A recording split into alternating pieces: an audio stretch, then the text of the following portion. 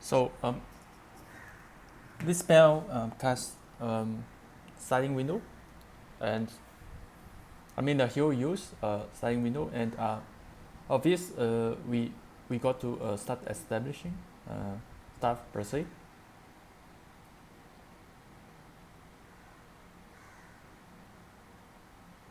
So using a sliding window, obvious we use a brute force to actually fight against this hero. And there going to be conditions after, before. And at the overall grand scheme of things, is to make sure that you want to find our biggest value, right, throughout the in array.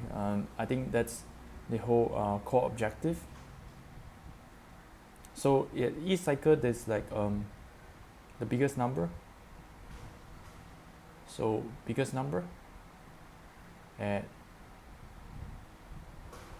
each cycle per se. That's the core objective for this problem per se. So, and there's the playout series for us to take notes about. And at the core of things, I think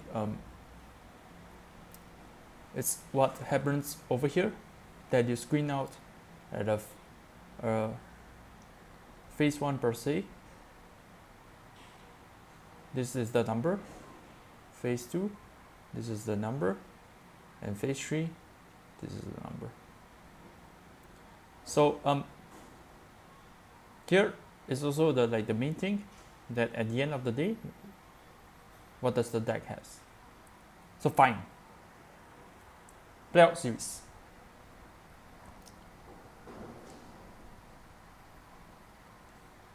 We have the in array. The window got to be 2. So therefore sliding window be 2. So fine.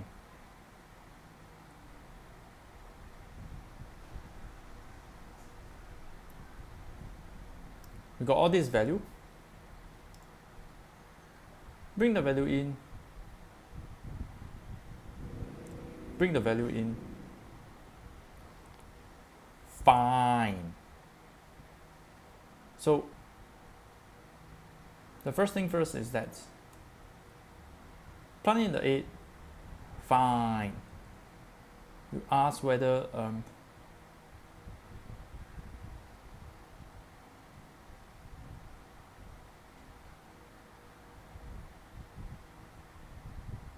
I think you got to ask that, like, okay, is this number that I'm gonna add, is it more or less? Less. So I don't need to pop this value. Add a 7. Fine. Go to on the next. Phase 2.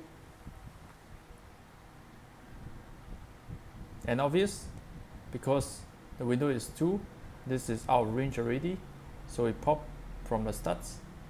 Fine. Is 6 more than 7? Obviously no. So fine, add a 6. Next. Slide the window. Obvious, our range, pop at the starts. That's what the deck is actually allow us to do. Pop from the starts. 9 are more than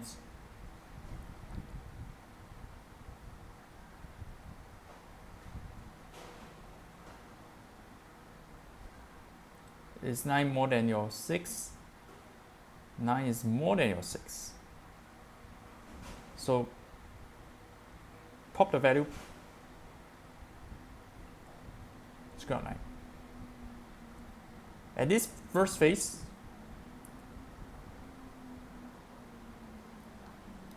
you're gonna screen the first value per se, and for that case, it was an 8.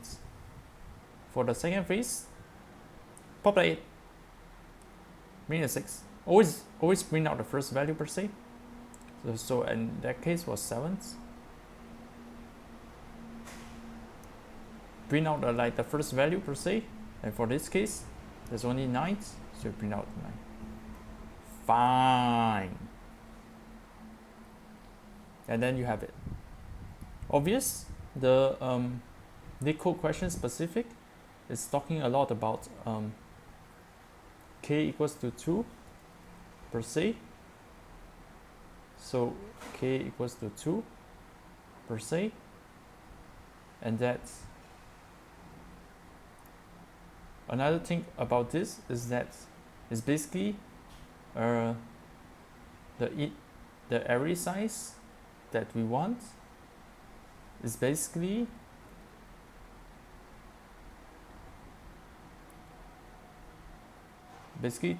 the value of 2 per se. That's what we want. That's the rulebook that we want. And what we can do is that we think of like straight away at the back of our head, sliding window, and then casting the spell, being able to maneuver around the map with like a fixed size.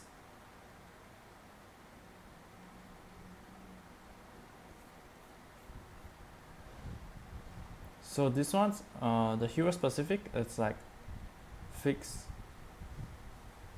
sliding window. And the spell is casting, maneuver around the map.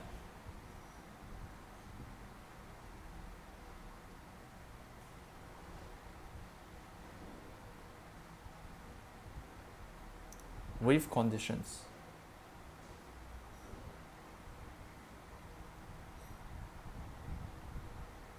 So the requirement is basically we kind of like ask within like the sliding window, like we compare the values, or basically which one is the highest, because that was like the requirement per se. So another requirement based on the Leetcode questions, it was they want the highest value per se. And for the condition that we set for the sliding window per se is that we always compare which one is like the higher. That's why we always come to this operation z per se, where we keep on comparing the values per se, and that's what we do for the sliding window. Fine. And another mechanism that we actually use a lot on was the deck per se. It may seem very trivial, but it actually plays out to really a big role, because it can pop from the start, it can insert from the end, and it also can pop at the end, it also can insert from the start. So what it do during the playout series was that insert from the last value, insert from the last value, fine. Pop the first value, fine. Insert from the last, fine. Pop from the start, fine. Pop from the start, fine. It's really good in my opinion. And at least for the deck per se, the spell that is casting is be able to insert, pop, start, end.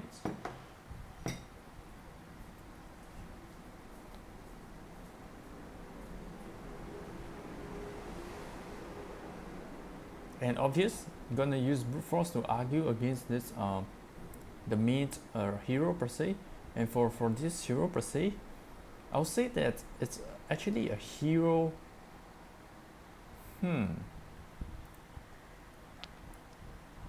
I think this is a hero with no job. Hero with no job. So if you were to actually find values in the brute force way, you're gonna check. No. Thinking.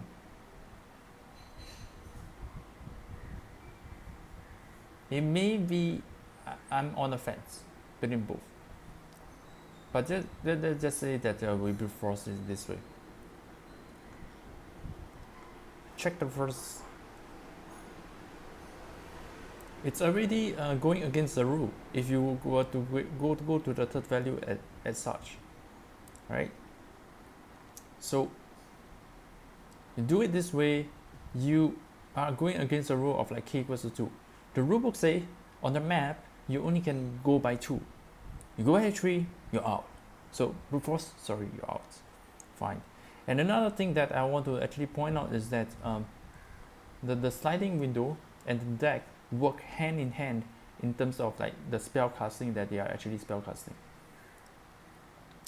So they need, it's like we need a combination of both of them, because the criteria is two window at the same time.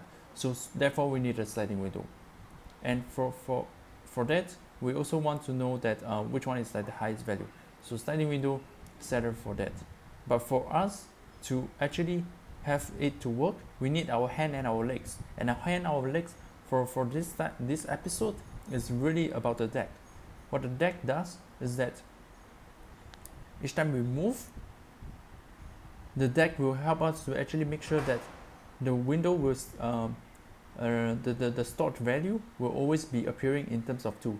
So it's gonna pop the first value so that make sure that we have 2 values left.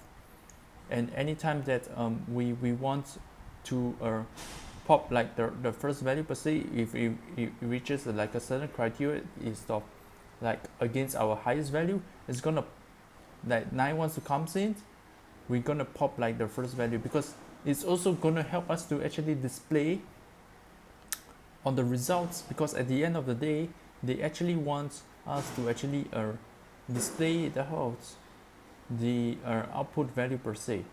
And the deck allows us to actually display appropriately, because it's able to actually pop the first value and then screen out the value per se.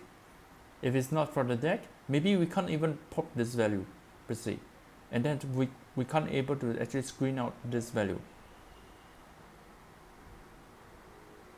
and that will be really troublesome. Now, even though we got the logic right per se, but if we can't input to our system appropriately and screen it out appropriately, it's not going to work out. So it is like acting like a hands and the legs for the sliding window. Sliding window, yes, it's like logically moving around per piece, but it needs its hands and legs to actually work together to store into the system, show to the system, and return to the system per se. So, yep. With that, everything comes to an end.